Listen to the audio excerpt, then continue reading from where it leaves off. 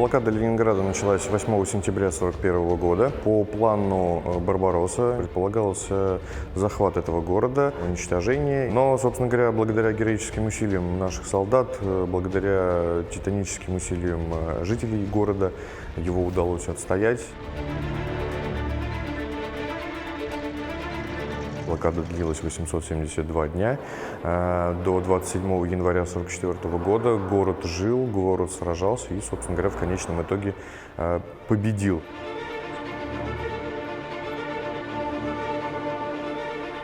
Вы знаете, мы этого дня, мы его очень ждали. Но жили мы в Бестяхе, за Покровском, Орджоникидзевского района. Вот. Вести к нам доходили не очень быстро. Это для нас был как День Победы. Кстати, 3 медали якутские есть. Да. Сейчас какое. Вот, раз. Столетие где-то республики, вот она. О. И 70 лет, и 75 победы. Это якутские. Сейчас будет 80, еще медаль повешу.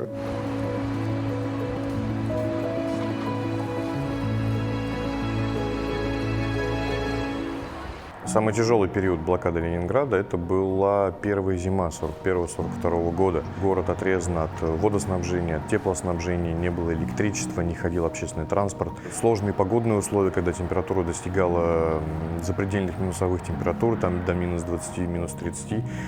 Были разрушены продовольственные склады, поскольку немецкая авиация постоянно совершала налеты.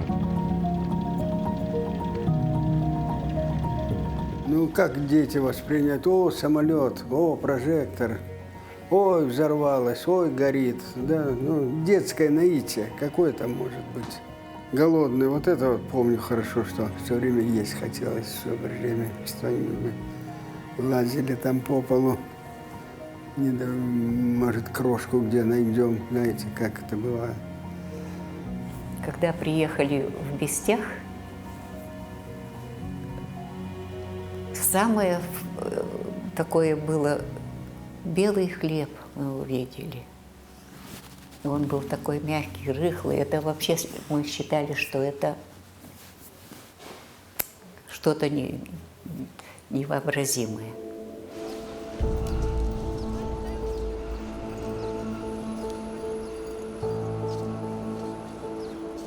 Нормы потребления хлеба менялись 5 раз за осень-зиму 1941 года, и самая минимальная составляла 125 грамм.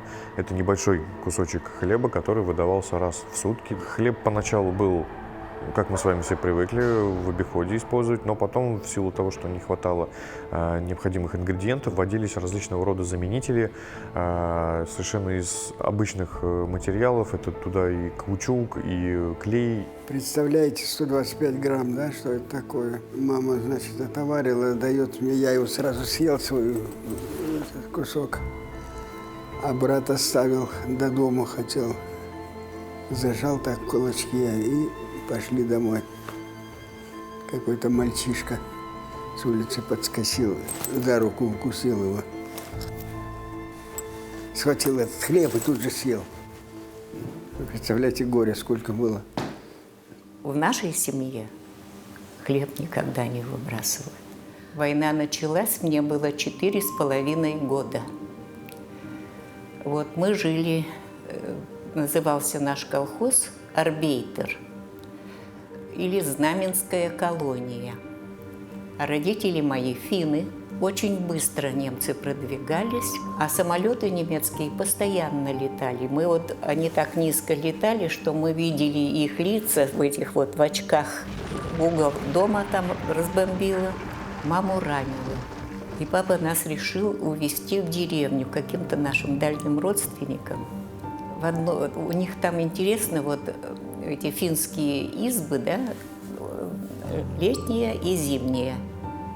Мы в зимней избе, а летняя пустовала. Потом в этой половине стали жить разведчики. Вот. В основном молодые парни. Вот. Они частенько все, маленькая я, они тоже скучали, видимо, по семьям. Ага, заходила к ним. Приду иногда, уже нет, кого-то нет. А что? Не вернулся он с разведки. С папой мы попрощались в ноябре. Я помню вот даже, что я сильно плакала, и почему-то я говорила: папочка, мы с тобой не увидимся. Он говорит: я вас везде найду, где бы вы ни были. Ты не плачь, в общем. Получили мы от него одно только письмо. Он писал, что он попал в роту саперов. И все. И с тех пор мы о нем ничего до сих пор не знаем.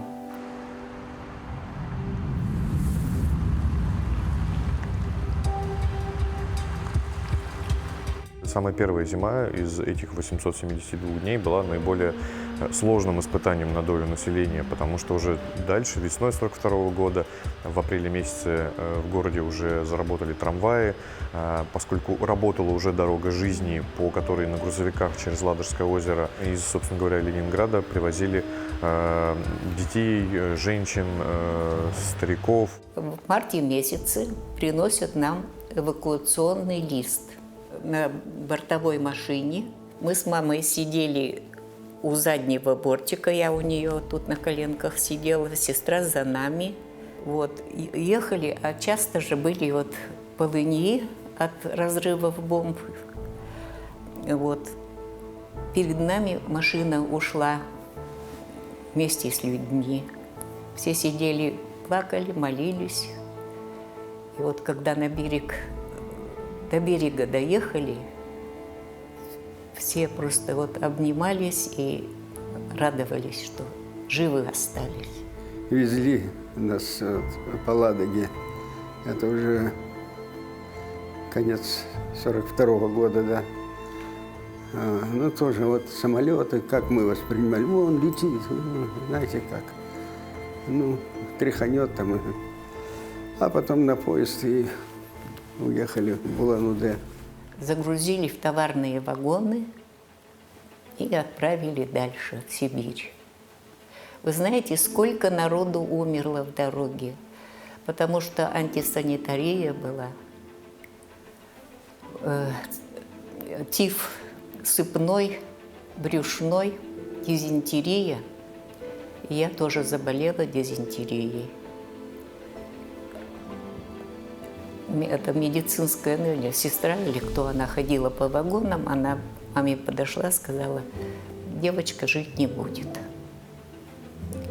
Ну, видимо, вот действительно была у них хранитель.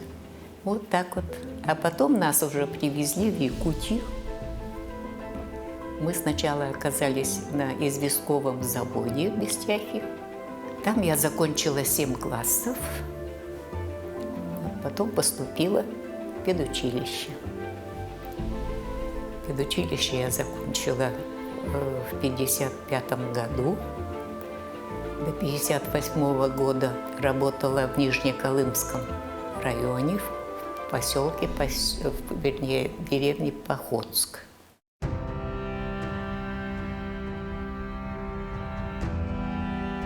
Вот время прошло сколько, а нас потом из Улан-Удэ потом назад сюда привезли.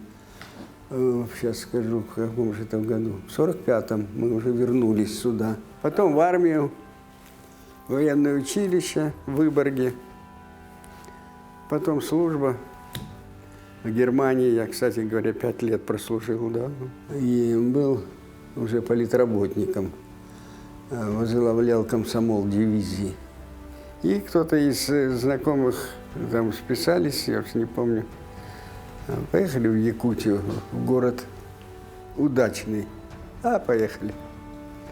Сел на самолет, сначала я поехал. Прилетел, как помню сейчас, 19 сентября 80-го года, 80-го.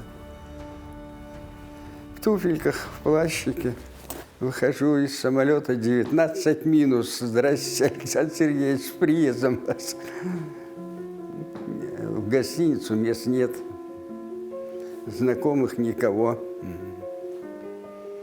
Ну что делать, чемоданчик в один из подъездов дома к батарее сел. И вот так 8 ночей. 20-я школа тогда была. Прихожу туда, ну давайте, вот у нас место есть, вот столько часов по истории, ну еще дадим вам нагрузку, скажем, рисование. Ну давайте.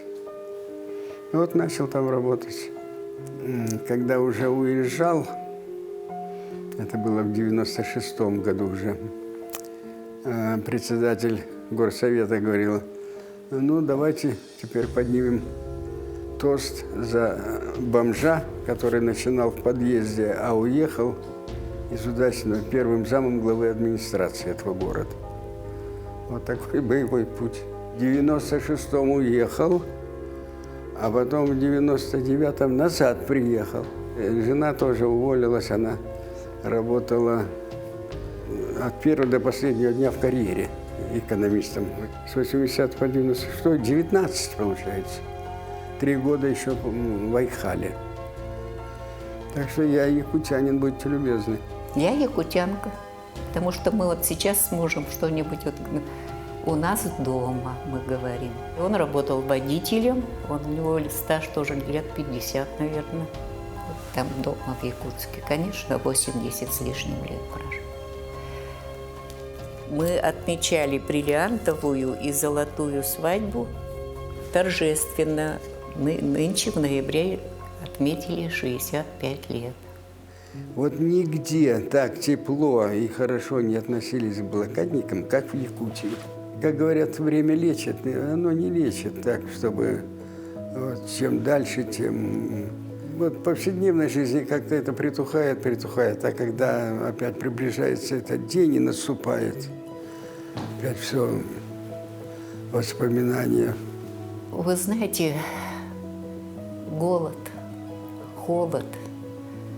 Но дело в том, что вот это вот такое детство, оно закалило нас.